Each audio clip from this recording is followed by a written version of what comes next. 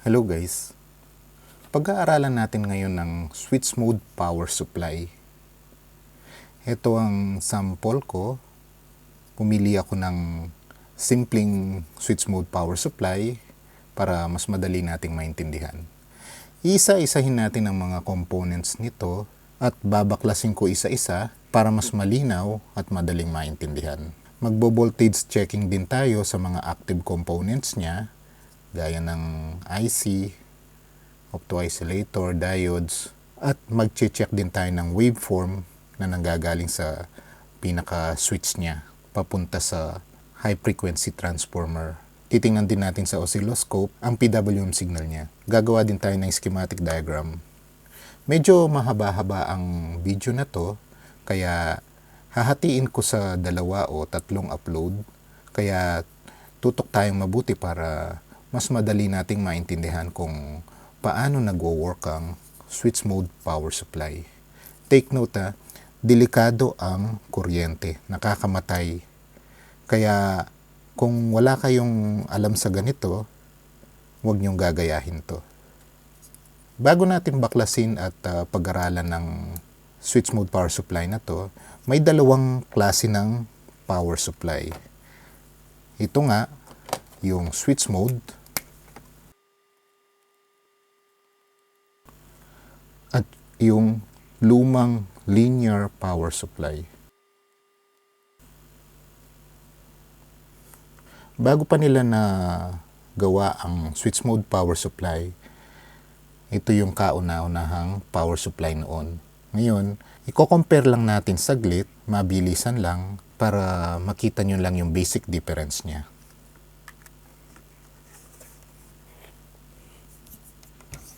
Ito yung sample ng transformer na ginagamit sa linear power supply. Mabigat, malaki, bulky. Ito yung mga ganito. Rectifier niya. At ito pa, ang bibigat. Yan. Ito, meron na siyang regulator. Kaya lalong mas mabigat.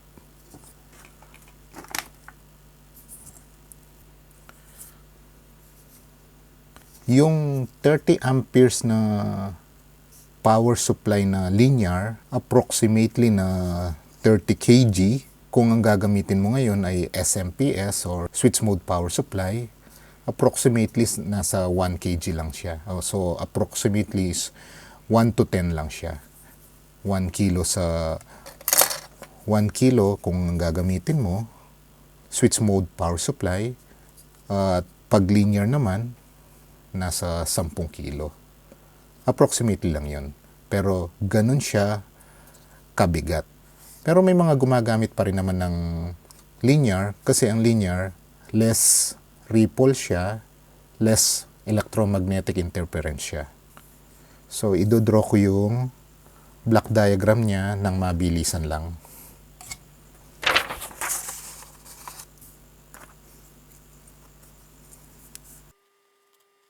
So, ang main component ng linear power supply ay ang transformer niya. After dyan, yung rectifier na niya. After ng rectifier ay may capacitor. Yan. Yung ibang linear power supply, ganyan lang, ginagamit na nila. Ang problema dito, kung 12 volts ang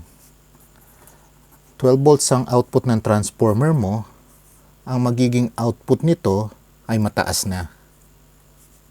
Bali, imumultiply mo ang 12 volts na yan sa square root of 2.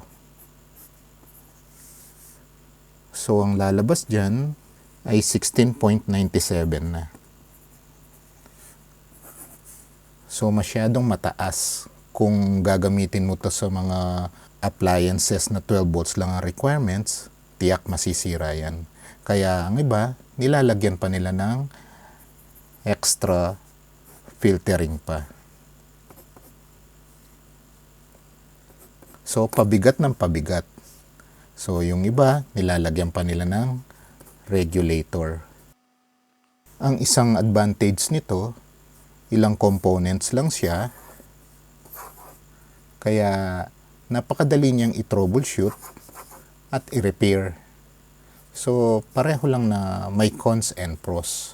Nga lang ngayon, mataas na ang technology natin compare noon, mas madalas na ginagamit ngayon ang switch mode power supply dahil maliit at magaan. So, isang maiksing comparison lang to. So, balik na tayo sa switch mode power supply natin.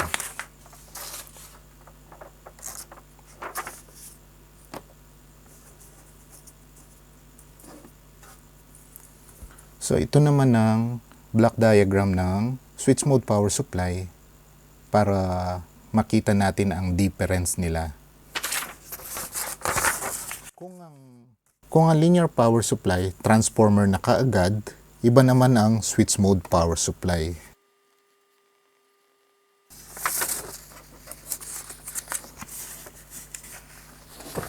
Sa switch mode power supply, rectifier kaagad ang unang components niya. After rectifier, mataas na yung voltahe niya dito. So, kung 220 to, ko-convert natin sa DC, so magiging 220 multiply by square root of 2 ay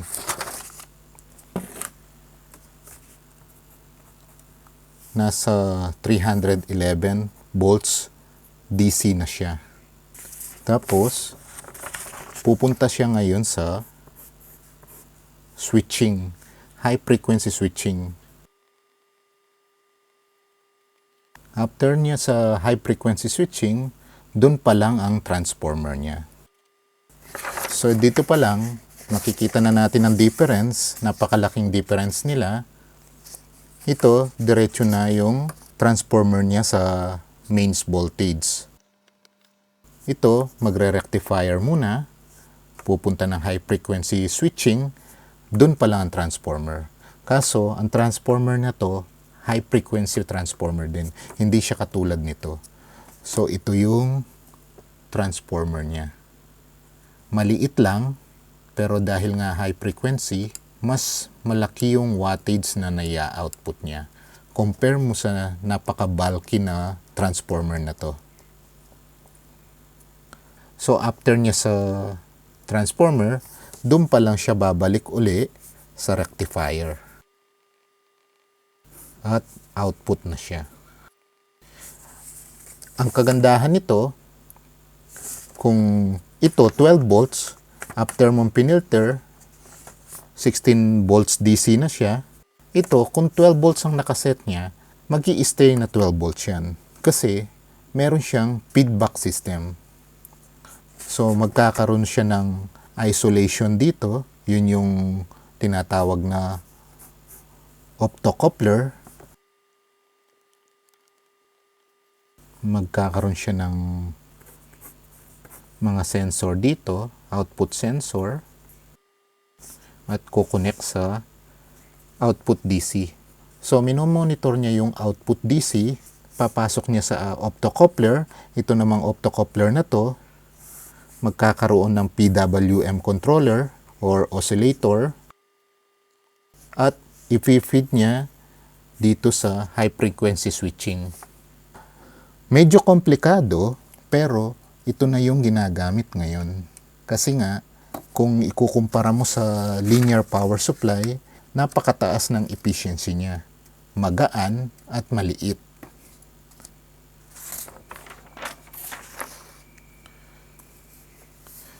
Ito ang AC input.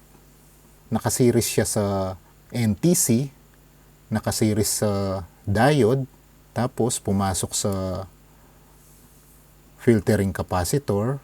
Then pumasok sa EMI coil, EMI filter, then papasok sa diodes, rectifier diodes, then pupunta sa capacitor, filtering capacitor, at yung 300 11 volts na yon na nanggaling sa 220 volts, madidistribute na sa switching papunta sa Ferrite transformer. So ito yung Y1 class na safety capacitor. Ito yung rectifier diode ng aux na nagsusupply sa IC. Ito yung optocoupler. Malamang ito yung snubber network. So ito yung rectifier diode ng output, capacitor ng output, coil ng output, capacitor uli. So ito yung output sensor niya. Tapos meron siyang Zener diode. Tapos may mga dividing network resistor siya dito.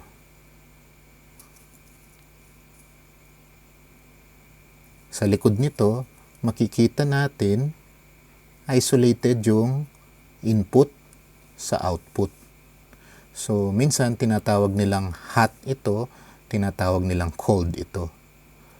So, walang nagko-connect na physical connection dyan. So, naka-isolate talaga yan.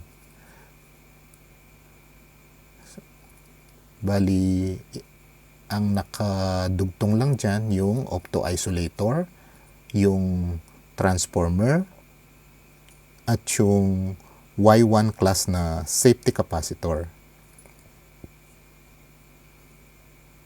So, babaklasin ko na yung isang ganito para maisa-isa natin ang mga component niya.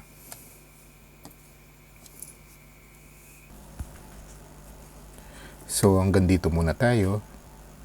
Click nyo na lang ang video na to para sa part 2. Thank you po.